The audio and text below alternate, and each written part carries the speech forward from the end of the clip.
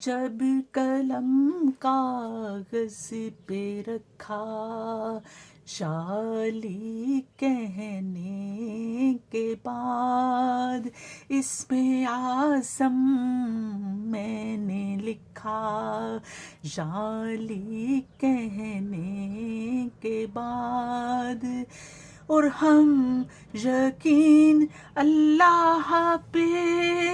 رکھتے ہیں حیدر کی طرح، دین سمجھا ہم نے سارا، جعلی کہنے کے بعد، اور میں ہوں راضی بارضا اے معبود کبریا، فزتو برب کعبہ بولے، جعلی کہنے کے بعد۔ اعوذ باللہ من الشیطان الرجیم، بسم اللہ الرحمن الرحیم، نحمدہ و نصلی علی رسولہ الکریم وآلہ طیبین الطاہرین والمعصومین۔ حق چینل پسند فرمانے، اس کو سبسکرائب فرمانے کا بہت شکریہ میرے ناظرین۔ پروردگار سے التجا اور دعا کرتے ہیں کہ ہم سب کو دین و دنیا کی نعمتیں عطا فرمائے اور ہر طرح کے حسد شر سے محفوظ رکھے۔ بہت خوبصورت سی سب سے بہترین جو نعمتیں ہیں وہ ہمارے پاس ہیں، ہمارے سامنے ہیں۔ یہ نہج البلاغہ ہے مولا علی علیہ السلام، جو کہ آپ فرماتے ہیں میں نعمت عظمیٰ ہوں، اللہ تعالیٰ کی سب سے بڑی نعمت، اور یہ ہمارے پاس اللہ کا کلام ہے اور اللہ کا فرمان ہے، اور نبی پاک صلی اللہ علیہ وسلم کی شان میں نازل ہوا، نفس رسول کی شان میں، اہل بیت کی شان میں نازل ہوا، اور آپ کے دشمنوں کے اوپر تبرک فرماتا ہے۔ یہ قرآن ہے، اور ہمیں بھی یہی تلقین کرتا ہے کہ ہم آپ کی اللہ پاک کی حمد و ثنا بیان کریں، اللہ پاک کی وحدانیت کا ڈھنکا بچائیں، اور جو ہمیں ہمارے آئمہ نے، ہمیں تمام انبیاء نے، ہمیں ہمارے رسول صلی اللہ علیہ وسلم خاتم الانبیاء نے ہمیں کر کے بتایا اپنی زندگیوں میں، اور جو ہماری بیویوں نے، ہماری بی بی فاطمہ الزہرا نے اور آپ کی اولاد نے ہمیں بتایا، ہم وہ سب کچھ آپ کے نقش قدم پر چل کے تو وہ کر کے بتائیں، جس مقصد کے لیے آپ دنیا میں تشریف لائیں، یہ ہستیاں تشریف لائیں، اور جس مقصد کے لیے یہ دنیا سے تشریف لے گئے، تو ہم اس کے اوپر عمل کریں، وہ ہم اپنے سامنے رکھیں، وہ سیکھیں، اسی کو اپنی زندگی کا محور بنائیں، تاکہ ہمارے بچوں کو ہمیں بتانے کی ضرورت نہ پڑے، وہ ہمیں دیکھ دیکھ کے ہی سمجھ جائیں کہ کیا ہونا ہے۔ تو اللہ تعالیٰ جتنے بھی اس وقت، خاص طور پہ منافقت اس وقت نہیں، یہ رسول صلی اللہ علیہ وسلم کی دنیا تشریف لے جانے کے بعد عروج پر پہنچ گئی تھی، اس وقت سے ہی چلی آ رہی ہے، بلکہ اس وقت سے بھی پہلے، بہت پہلے، یہ جب حضرت آدم علیہ السلام کو بنایا گیا، اللہ تعالیٰ نے وہ روح پھونکی، اپنی نور ان کی پیشانی میں رکھا، محمد اور نفس رسول مولا علی علیہ السلام کا، کیونکہ یہ دونوں ایک ہی نور سے ہیں، تو اس نور سے منافقت کی اس نے حسد کیا، اس نے جو انکار کیا، تو وہی جو اس کے پیچھے چل رہے ہیں وہ اپنا ہی نقصان کر رہے ہیں، وہی جہنم کی آگ بن رہے ہیں، اور